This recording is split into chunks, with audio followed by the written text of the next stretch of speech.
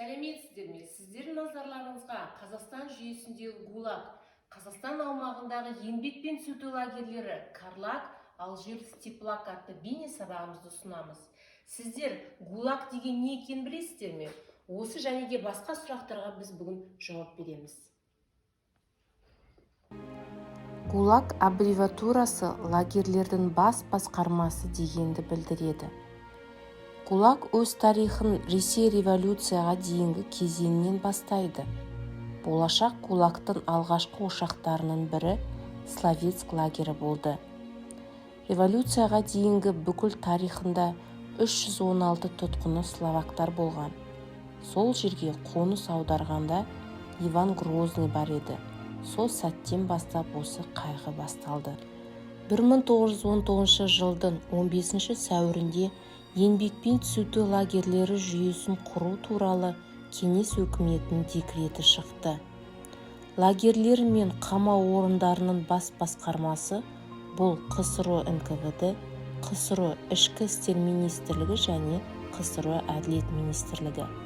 1930-1956 жылдары жаппай және мәжбүрлеп қамауды ұстау орындарын басқаруды жүзеге асырған.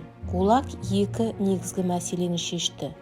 Біреуі қоғамның сенімсіз мүшелерін оқшаулау және жою, екіншісі оларды арзан жұмыс күші ретінде пайдалану. Бұл әсіресе 30-40 жылдары айқын көрінді. 20-30 жылдары КСРО аумағында лагерлерді Колымада, Магаданда, Воркутада, Сібірде, Оралда, Қазақстанда және басқа аймақтарда ГУЛАГ ұйымдастырылды. Қазақстан территориясы үлкен лагерге айналды. Республикада 11 лагері құрылды. Карлаг, Дальний, Степной, Песчаный, Ақтөбе, Жезқазған лаг, арнайы лагері Кенгір қалыптасты. Қазақстан аумағында ең ірі лагерлердің бірі Карлаг болды. Қарағанды еңбекпен сүрту лагері 1931 жылы 19 желтоқсанда құрылған. Лагердің орталығы Қарағанды қаласының 45 шақырымдағы Долинка ауылында болған. Карлагтың аумағы оңтүстік пен солтүстікке қарай 300 шақырым болса, батыс пен шығысқа қарай 200 шақырым қамтып орналасқан екен. Демек, сол уақытта екі ірі лагер кірмеген екен бұл аумаққа. Лагердің орталығынан 300 шақырым аралығында орналасқан Ақмола бөлімі және де лагердің орталығынан 650 шақырым аралығында орналасқан Балқаш бөлімі болған екен. Карлаг шаруашылығының негізгі алабы Қарағанды және Ақмола облыстарының аумағында орналасқан. 1953 жылы Карлагтың 26 бөлімшесі, 192 лагерлік нүктелері болды. Әр бөлім өз кезегінде учаскелер, нүктелер, фермалар деп аталатын бір қатар экономикалық бөлімшелерге бөлінді. Тұтқындар Карлагтың барлық аумағына орналастырылды. Бөлімдер мен учаскелер лагер орталығынан 5-тен 650 километрге дейін қашықтықта орналасқан.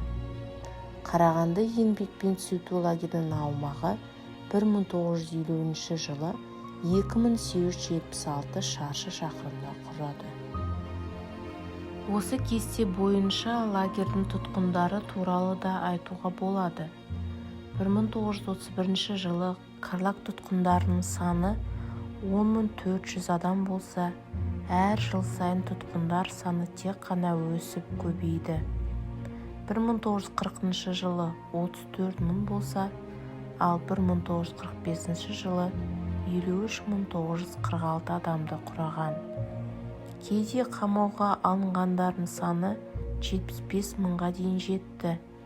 Карлагтың құрылған кезеңінде 1 миллионнан астам қамауға алынғандар болды.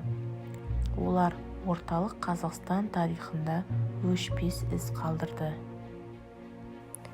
Әйелдер ерлермен қатар қуғын-сүргінге ұшырап, қоғамнан оқшауланды. Олар үшін ерлерге арналған баптар қарастырылған. Бірақ тек әйелдер ғана айыпталған тағы бір бап болды. Бұл ОСОМ, отанның сатқындарының отбасы мүшелері, немесе ЧСИР деп атайды. Қылмыс жасамақ олар отанның сатқынының аналары, әйелдері, әпкелері мен қыздары болып табылғанына айыпталып арнайы лагерлерге жазасын өтеді.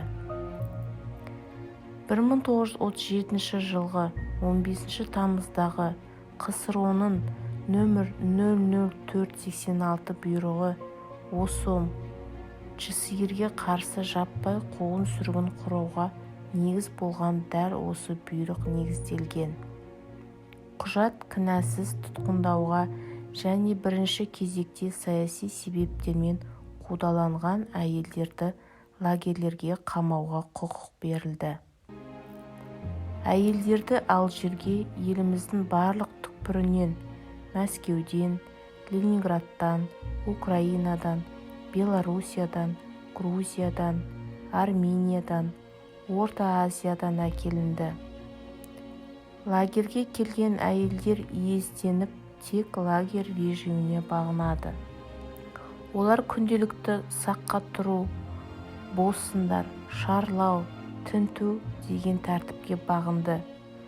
Карлакта әйелдер тұтқындарының саны кейде 22 мыңға дейін жеткен.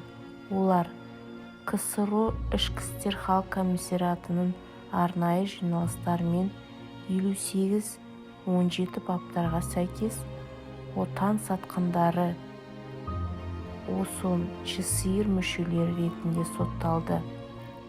Оларға әртүрлі мерзімдері тағайындалды: 3, 5, 8 және 10 жылдай шамасында. Олардың мерзімінен бұрын босатпайды. Сотталғандардың мерзімінің соңына дейін лагерде қамауда ұстайды. 1938 жылғы 25 тамыздағы жарлығына сәйкес Ішкі істер халық комиссариатының лагерлері туралы КСРО Ішкі істер халық комиссариатының лагерлерінде жазасын өтеп жатқан адамдар сот белгіленген мерзіміне толық өтуі тиіс болды. Карлактың Ақмола бөлімшесінде СССР Ішкі істер халық комиссариатының ерекше кеңесімен сотталған 18 мыңнан астам әйел болған. Мұнда партия және кеңес органдарының жетекшісі әйелдер болды. Лагерде Бухариннің әйелі, Тухачевскийдің әйелі мен қызы және 2 апайы, Блюхердің әйелі, сондай-ақ Сейфуллин, Майлин, Шанин, Рысқұлов, Жүргенов, Мендешев, Садвақасов, Асфандияров, Нұрмақов және де басқа жандардың әйелдері болған. Қазақстан аумағындағы ГУЛАГтың тағы бір ірі лагері Степлак болды. Жезқазған қаласында тау-кен металлургия комбинатының құрылысы 1936 жылы басталды. Ал 1940 жылы Кеңгір өзенінің жағасындағы, яғни бұрынғы пионер лагерінің орнында КСРО Ішкі істер халық комиссариатының ірі лагері құрылып, оны Жезқазған лаг деп атап кетті. 1945 жылды наурыз айында Карлак Кеңгір бөлімше базасында әскери тұтқындарға арналған нөмір 50 лагер қалыптасты. Жыл аяғында оны нөмір 39 лагерге ауыстырды. 1945 жылы 23 сәуірде Кеңгірге 8 мың адам әскери тұтқындалған немістер эшелондап әкелінді. 1946 жылы Ішкі істер халық комиссариатының Карлактың құрамына аса қауіпті санаттар үшін Жезқазған еңбекпен түзету лагері болып, оларды халық жауы, отан сатқындар және контрреволюционерлері бірігеді.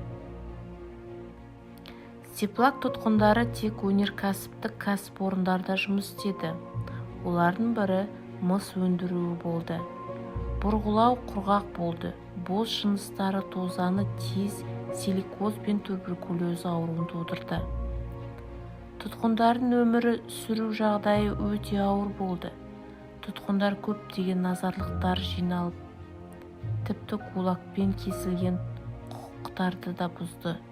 Оларды нашар тамақтандырды, емдемеді, үнемі қорлаудан өтті.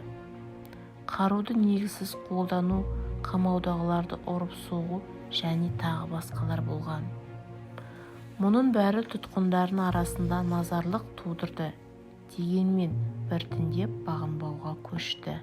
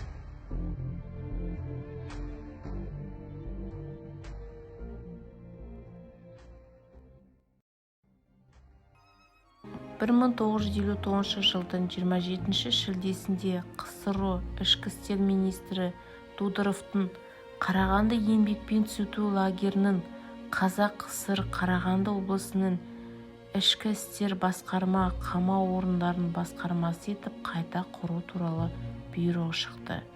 Карлаг 28 жыл жұмыс жасады.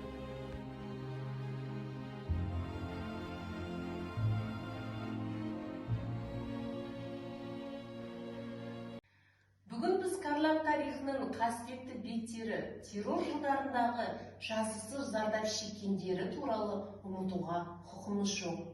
Жастар бейбіт өмірінің бағасын білу керек.